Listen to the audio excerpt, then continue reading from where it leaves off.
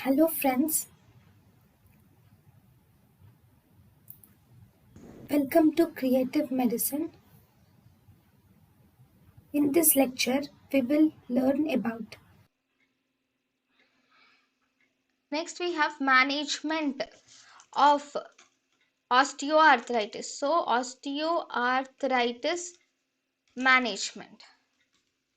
Okay, in the management of osteoarthritis, first and foremost, initial management. In the initial management, you should give the patient physical therapy, should be given to the patient with bracing or arthrosis can be done to the patient, and ambulatory aids can be given to the patient. Then physical therapy with bracing, arthrosis and ambulatory aids are given to the patient. Along with this, we can also give the patient NSAIDs.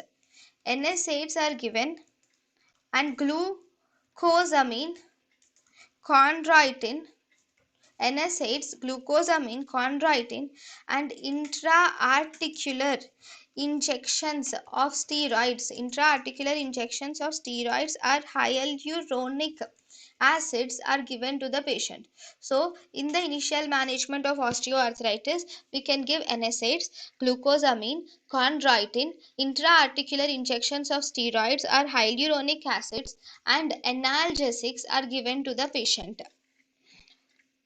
Okay, so this is initial management, followed by, if there is any osteophytes and all of them, then you can do arthroscopic debridement can be done in active disease, and it is done in active disease. Arthroscopic debridement is done mainly in the active disease. In older adults, we can do this arthroscopic debridement in active disease on older adults with mild to moderate osteoarthritis of knee.